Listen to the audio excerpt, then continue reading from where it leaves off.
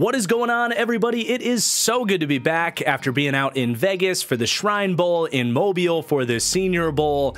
Back home now and ready to really get into draft season with my first mock draft of the season.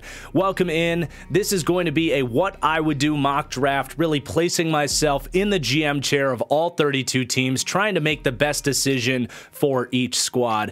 Before we get started, if you could do me a huge favor, just please take a second to hit that like button down below. There's a million mock drafts out there, so you just taking a second to click that thumbs up down below really actually helps my channel out, tells YouTube to push this video up in the old algorithm there. So let's go ahead and get into it. The Chicago Bears with that #1 overall pick. I have really two priorities here. Number one, to get Jalen Carter. Number two, to collect a bunch of draft capital. And why is getting Jalen Carter a huge priority for me? Three reasons for that. Number one, he's really freaking good. Probably the best player in this draft. Number two, look around the league.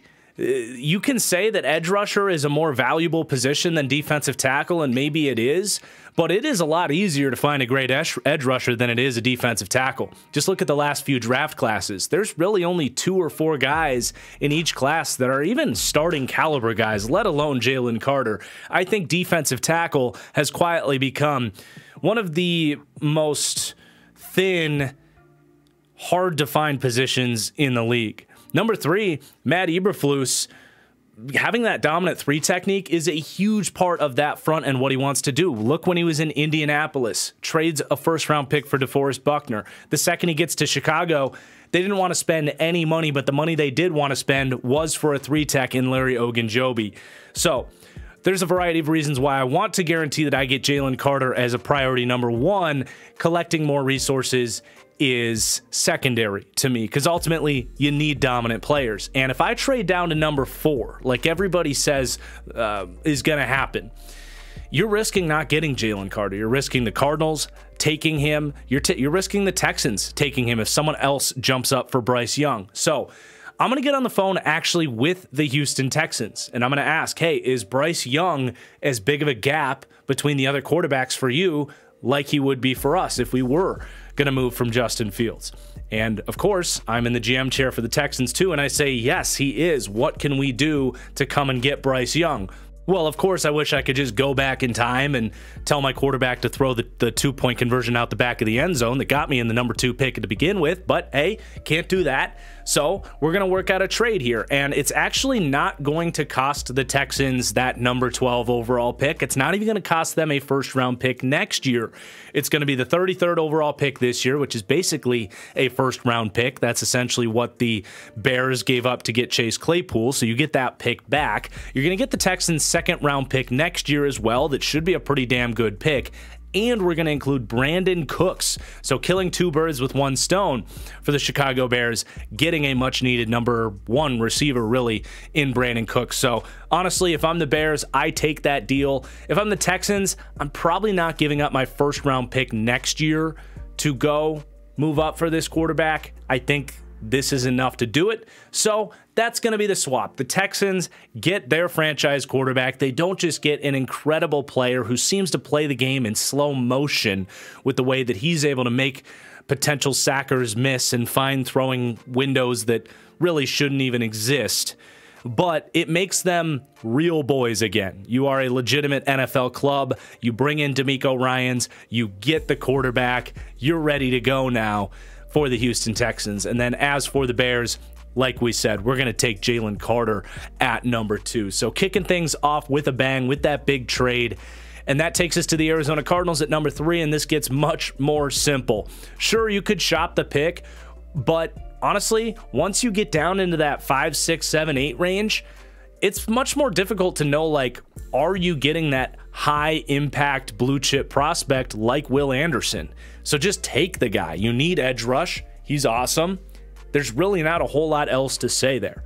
So let's move on to the Indianapolis Colts, who with the 4th pick are going to select Ohio State quarterback CJ Stroud. I finished CJ Stroud's evaluation today, and I feel very good that he is a sound first-round prospect. Now, I'm going to get into my top 10 quarterback rankings hopefully this week, so do make sure you're subscribed because we're going to really break down these quarterbacks, their strengths, weaknesses, show some more highlights, and really get into it.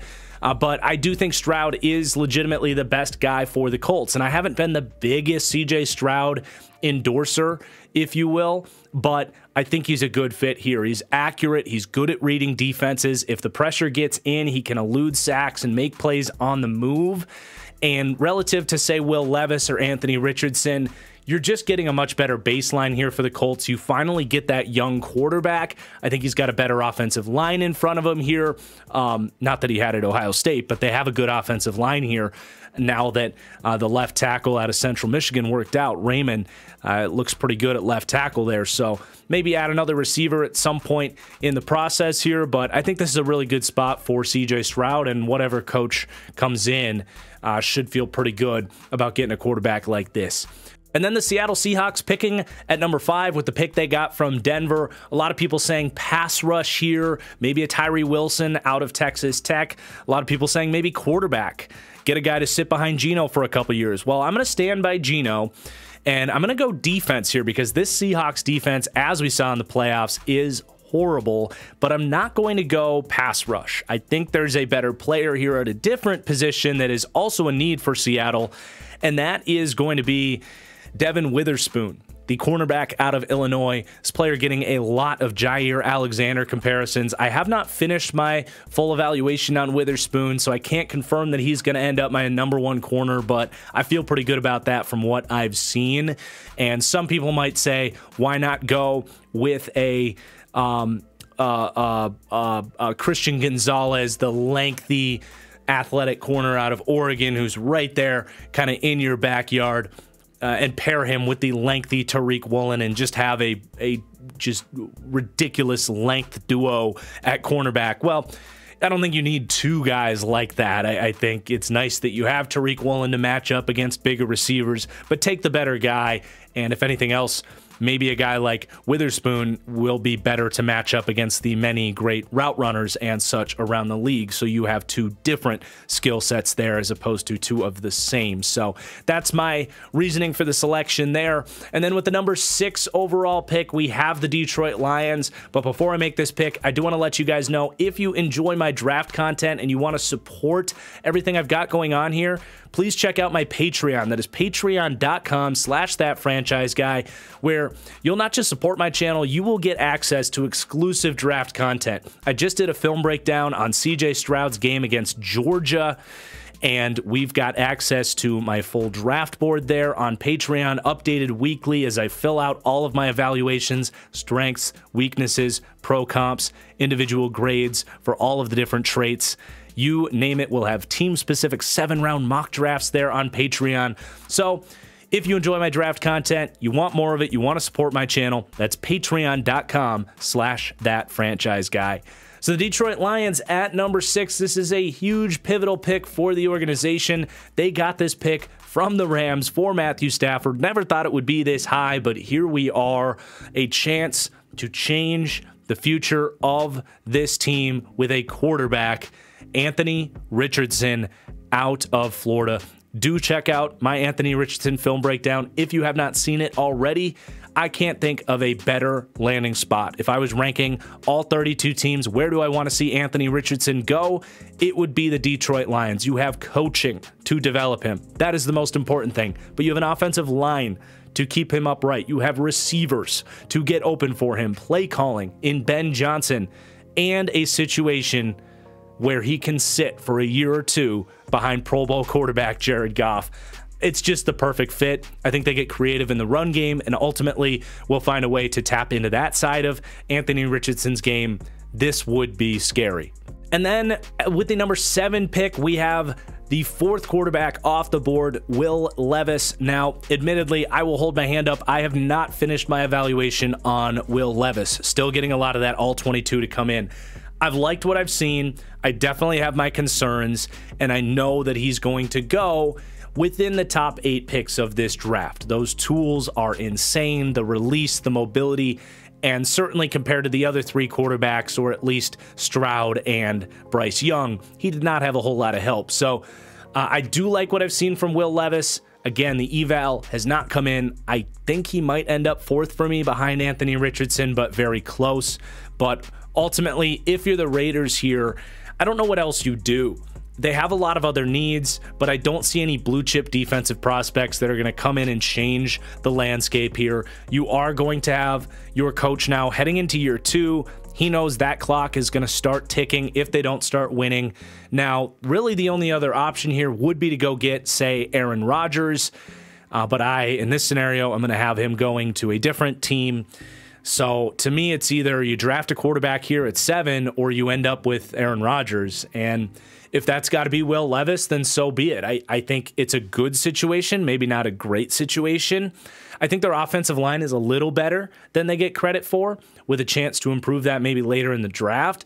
And they have receivers galore, right? So this is a spot where he can succeed with Josh McDaniels, and it's risky, but I think it's a situation that they have to make this move.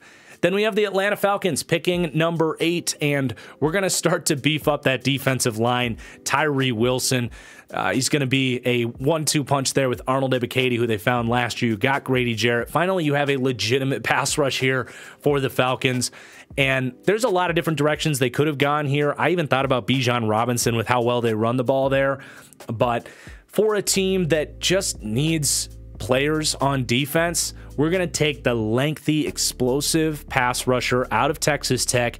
Might need about a year to really get with NFL coaching and get up to speed, but I do like what I've seen from him. That length, juice, burst, power combination, very similar to like Rashawn Gary coming out of Michigan. So we're going to go Tyree Wilson for the Falcons. Then the Carolina Panthers at number 9, the aforementioned Bijan Robinson. I know this sounds crazy, but hear me out. The Carolina Panthers just got Ejiro Evero, who's going to elevate that defense that's honestly in pretty good shape at all 3 levels of the defense. You have a quietly really good offensive line. In this situation, we're going to be signing Derek Carr to Carolina, where I'm projecting him to go. You've got DJ Moore. You've got Terrace Marshall. You have Laviska Shenault.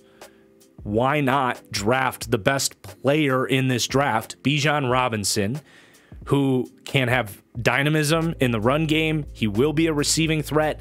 It's funny, in the year that they traded away Christian McCaffrey, you plug back in Bijan Robinson, but it's not redundant. I think Bijan has a chance to be a better true between the tackles runner of the football than Christian McCaffrey. I actually feel pretty good about saying that, and he provides the same explosiveness and fluidity in the receiving game. So all of a sudden, you have a complete offense, you have a complete defense, you have a quarterback ready to go, you have good coaches. Like, why not go with Bijan Robinson here, who is a difference-making running back, one worth investing in. Then at number 10, the Philadelphia Eagles are going to take Christian Gonzalez at cornerback. Darius Slay getting up there in age. I think he's going to be 32, 33 years old next year. You've got Bradbury there on just a 1-year deal. I don't know if they're going to retain him. Whether this is for a starter next year or not, at some point you got to start replenishing that secondary that is the thinnest part of that incredible Eagles roster.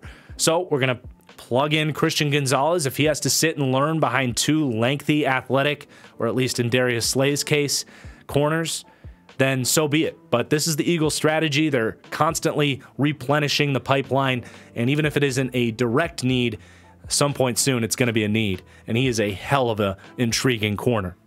Or at the Tennessee Titans with the 11th pick, really one of the more obvious picks that I could have found. Paris Johnson Jr. out of Ohio State, going back to the OSU well after they took the other OSU tackle last year.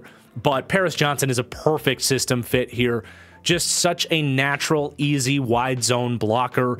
I think he has one distinct weakness as a pass protector. He invites inside moves and needs to improve his kick slide technique. That's something that reminds me a lot of a young Andrew Thomas. I was really impressed by Paris Johnson Jr. I think the Titans will be eyeing him down. A lot of Ohio State connections there with Mike Vrabel and where they've drafted in the past. So pretty easy selection here, Paris Johnson Jr. to the Titans. Going to be a popular one for sure. Then the Houston Texans. DeMeco Ryans gets to keep this number 12 pick, and he's got to readdress or address this defensive line because, my goodness, it is ugly right now. And you look at what he's had in San Francisco with the way they want to get pressure with stunts and four-man rushes, they've got to find somebody. Now, the beauty is they can take a little bit more of a project there and not need that impact there. So that's where we're going to go with Lucas Van Ness. Kind of similar in a lot of ways to this team taking J.J. Watt, I think 12th overall. It might have been 13th. Just size, profile-wise, big, lengthy edge piece that if he can develop some pass rush plan and some other moves while they stunt him up and find ways to create pressure with him as a rookie, he can become not maybe J.J. Watt, but one of the faces of this Texans defense within a couple years. Great coaching scheme fit and a great destination for this to all play out in time. Now, before we get to the 13th pick, real quick, I just want to remind you, got 1 week left to play daily contests at Underdog Fantasy. You can set your lineups for the Super Bowl, pick your over-unders for the player props, and get a payout of up to 20-1. If you're worried about making a deposit and having that money sit there all year, don't worry. They will be starting up best ball format competitions very soon, so still going to be worth your while. Again, that is Underdog Fantasy. You can use promo code TFG, and they will match up to $100 on your first deposit. I've been loving playing on Underdog. I know you guys will too. Go check it out. All right, at 13, we have another big trade. Some people might not like that I do this in a mock draft, but it is really starting to feel like this is the direction that the Green Bay Packers are going to go in trading Aaron Rodgers. And I want that to be reflected in a mock draft. It's going to happen. Why not do it here? So the New York Jets are going to put the best offer on the table for the Packers. The Raiders could get into the mix here, but I like getting that 13th pick. You get the Jets' first-round pick next year and a player that the Jets don't really need right now, who's kind of flaming out, that really fits Green Bay's system, Corey Davis, who worked with Matt LaFleur back in Tennessee. So it's 2 firsts and Corey Davis for the 13th overall pick, and Green Bay getting this pick are going to select Brian Branch, the safety out of Alabama. Adrian Amos probably going to be on the way out. Darnell Savage, maybe not even a starter. You've got Rudy Ford, okay, whatever. Brian Branch is the perfect scheme fit, an incredible tackler, going to have really an easy way transitioning from Nick Saban's match zone heavy defense into the disgusting scheme designed by Joe Barry. But hey, someone's got to do it. So Brian Branch is going to get in there, and the Jets get Aaron Rodgers. Pretty self-explanatory with that defense, with these playmakers. Hopefully a chance to compete for a Super Bowl in the last few years of Aaron Rodgers' contract. And by the way, he would be dirt cheap for the Jets. Really only going to cost you about $20 million against the cap over the next few years because Green Bay is going to be paying him to play for you. So that's why it costs so much to go and get him, because you got to convince Green Bay to get him out of there, to pay him to play for you, and that gives you extra salary cap space, which has value in its own right. Then with the 14th pick, the New England Patriots, we're going to go with Peter Skoronski. Tackle is a huge question mark for the Patriots. They have gone the undersized route in the past with Isaiah Wynn out of Georgia, who might not be back here. Also, how much can you really count on Trent Brown there? So I think a huge need here. Fits the flexibility mold that they like there. And we're going to take Peter Skoronski out of Northwestern, who's just a really sound, solid, fluid player. Then 15, Green Bay back up again, and this is going to be another very popular pick. We're going to go Michael Mayer, the tight end out of Notre Dame. Green Bay has been really struggling to find a tight end to play in this wide zone system, someone that can block, someone that can provide run after catch, be a reliable target on third down. I love the irony of finally drafting a skill player in the first round after trading Aaron Rodgers, but it does make a ton of sense. The value, need, all lines up, scheme fit, you name it. This is another very popular pick, and we're going to stand by it. Michael Mayer to the Packers. Then we've got Washington up at 16. I really struggled with this pick, you guys. I thought about trying to find a trade down partner, didn't really find one, so ended up sitting here having to make this pick. Looking at this roster, like, I think cornerback is the biggest need. Obviously, quarterback, you're kind of missing out here, but it is what it is.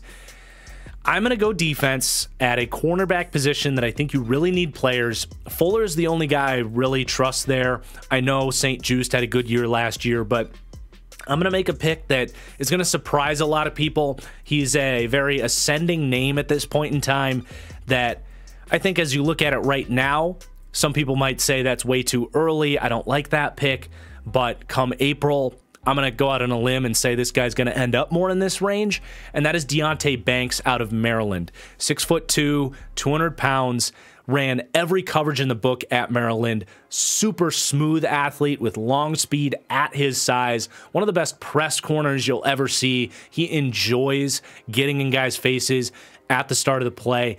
He's a little bit grabby, but I think a good coaching staff like this can coach that out of him. He's a hell of a good player. He gets to stay in the area. That's Deonte Banks out of Maryland. Keep an eye out for this guy to rise. Then we got the Pittsburgh Steelers at 17. Going to go with Brian Brzee. Really raw player. Has hardly played a whole lot of football at all. He's dealt with a lot of off-field stuff. He had an ACL injury, but he is a freak athlete. And the Pittsburgh Steelers, you know, they're pipeline of defensive tackles is starting to run out. They see Tuitt leave. Tyson Alualu now gone. Cam Hayward getting up there in age. Brian Brzee, it's the perfect time to get him in there now so that in a couple years he can be that dominant three technique like Cam Hayward is. Total Pittsburgh Steeler, tough guy here with a lot of athleticism that I think could really develop into a hell of a player for the Steelers. Then the Detroit Lions at 18. We took the quarterback early on. I would love to go with maybe a pass rusher or a corner here, but honestly, I'm not in love with Myles Murphy out of Clemson yet. I need to get into his tape a little bit more, but I don't know. He seems fine. I think Detroit has bodies on the edge, especially after getting Aiden Hutchinson last year. You've still got Charles Harris, what James Houston did there. They also drafted in the second round Pascal out of Kentucky. So I don't think they need edge. The corners here could go with like a Joey Porter, but there's one player here that I looked at it and I'm like, this is kind of perfect. We're going to reunite Anthony Richardson with Osiris Torrance. And it's not so much the reuniting thing. It's, I look at that offensive line, and guard play was actually a pretty big issue for Detroit. They had some injuries, but I don't think you're counting on Vaitai with that contract to stick around for much longer. At left guard, a lot of people really like Jonah Jackson. He made a Pro Bowl once because of fan voting. He's fine, but he's going to be due for a contract soon, and he's not the pass protector that Osiris Torrance is. So you can have the best O-line in the NFL with Anthony Richardson in time. I love this pick, man. And with him next to Ragnow and Penei Sewell, how the hell are you going to get any push on this group? That's just insane. So Osiris Torrance to the Lions at 18. Then the Tampa Bay Bucks at 19. Pretty easy pick here. We are going to go with Joey Porter, who I was thinking about for Detroit, but two of Tampa's three starters are set for free agency now. Jamel Dean and Sean Murphy-Bunting. Not a very deep group there, and they're going to need to replenish that group. Joey Porter is very much like Carlton Davis. I think schematically makes a ton of sense with what they look for in these guys. So Joey Porter, pretty easy pick to keep that defense afloat on the back end. And then the Seattle Seahawks at 20. I'm going to go with Jordan Addison here. Not Will Fuller. Tyler Lockett's going to be 31 years old. So they need to get some more receiver talent into the pipeline. It hasn't really worked out with D. Eskridge, to be honest. Addison is so talented. He can be the perfect complement to DK Metcalf to run the full route tree and be more of your quick twitch, get the ball in his hands type. What a dynamic duo that would be for years to come. And you know Pete Carroll's going to love himself a little USC action coming to town. We skipped the 21st pick for Miami, and then the Chargers are up at 22, and this is going to be Zay Flowers. I'm doing it for you, Chargers fans. This is all you've ever wanted. You land a new coordinator and now some speed at wide receiver. Pretty self-explanatory. You're pairing a deep threat, a short to intermediate separator. This is exactly what this offense needs. I think this could be the year that they do this with a guy like Zay, who I saw in person at the Shrine Bowl, was just different in the way that he can move and separate. Then at number 23, the Baltimore Ravens are going to take Georgia corner Keely Ringo, another team whose cornerback depth is lacking. And you've got Marcus Peters as a free agent. I don't know if they work things out with him or not, but I mean, they had such little cornerback depth that they had to really play Kyle Hamilton as a slot corner this year. So it's a big need, super athlete, whether he starts or not right away, that can be figured out later. But to put a 6'2" freaky corner like this with long speed into that Ravens system, love it. We got the Vikings coming up here at number 24. I just want to let you guys know that the TFG store is open for business. You can get hoodies, hats, coffee mugs, you name it. We're going to have some exclusive draft merch coming there soon as well, so you can get all that, rep the brand, support the brand at thatfranchisestore.com. Okay, the Minnesota Vikings going to go with a receiver in Quentin Johnston. A lot of T's in there that you don't always see, but getting some freaky athleticism pumped into that receiver room. He will be able to take time to really refine his game. I don't think Quentin Johnston is the clear-cut best receiver in this class. I don't think he's this sure thing that a lot of people say he is. I think there is some refinement with a lot of his routes that he needs to work on. And if you can, like, he needs to get better at using his size and winning contested catches. Maybe Justin Jefferson and Adam Thielen can teach him a thing or two about that. But obviously Thielen is on the decline. I'm not even sure he's going to be back next year. The Vikings need to replenish that receiver room. Getting an athlete like this to be a 1-2 punch with Justin Jefferson for the long haul, that's pretty scary. Then we got the Jacksonville Jaguars at 25. They're a tough team to pick for because they're a pretty complete roster now that they're getting Ridley into the mix. But I'm going to go with Kalijah Cansey, the pass rushing defensive tackle out of Pittsburgh. They have some good run defend types, Devon Hamilton and Foyesade Oluokun, but that pass rush as a whole was not good. And Kalijah Cansey might be the most polished pass rusher in this class outside of Will Anderson and Jalen Carter. And he might not be a full-time starter. I know they also have Roy Robertson Harris. I like him too, but none of these guys are going to give you that spark of a pass rusher like I think Kalijah Cansey can be. This is a system that can utilize undersized defensive linemen. Case in point, Roy Robertson Harris. You go back to Tampa Bay, where they drafted a guy like Logan Hall. They drafted, or they had a lot of success, rather, with William Golston. A lot of similar thoughts with Kalijah Cansey with this system, and just providing a spark to this pass rush and opening things up a little bit more. And the stunts that you can run with the athleticism of him and Trayvon Walker is pretty nasty. So I think he's a great fit systematically. Might maybe not be a superstar for them, but in this role, I think he can be a huge impact player that can unlock this pass rush that, as we saw, might be their biggest need as a whole. But you're not drafting an edge guy with Trayvon Walker, hopefully taking that step next year. Then we got the Giants at 26. They just need impact at wide receiver. And Jackson Smith-Njigba is staring you right in the face there. I'm a little bit lower on Jackson Smith-Njigba. I don't think he's going to be a dynamic X wide receiver. I really don't. I don't think he's got great long speed. He's got minimum experience out there. Didn't see a lot of press coverage in college, but he's sure-handed. He's crafty in his routes. He knows how to sit down in zones. He's going to be a plug-and-play 1,000-yard receiver for the Giants in this system. Something they really need is more of that reliability. You now got him. Hopefully you can bring Slayton back with the Kentucky kid from last year and Isaiah Hodgins. That's a legit group that they can really build a passing game around.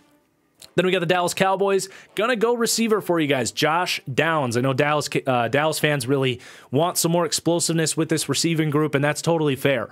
Hopefully Michael Gallup can get back healthier and stronger and better next year.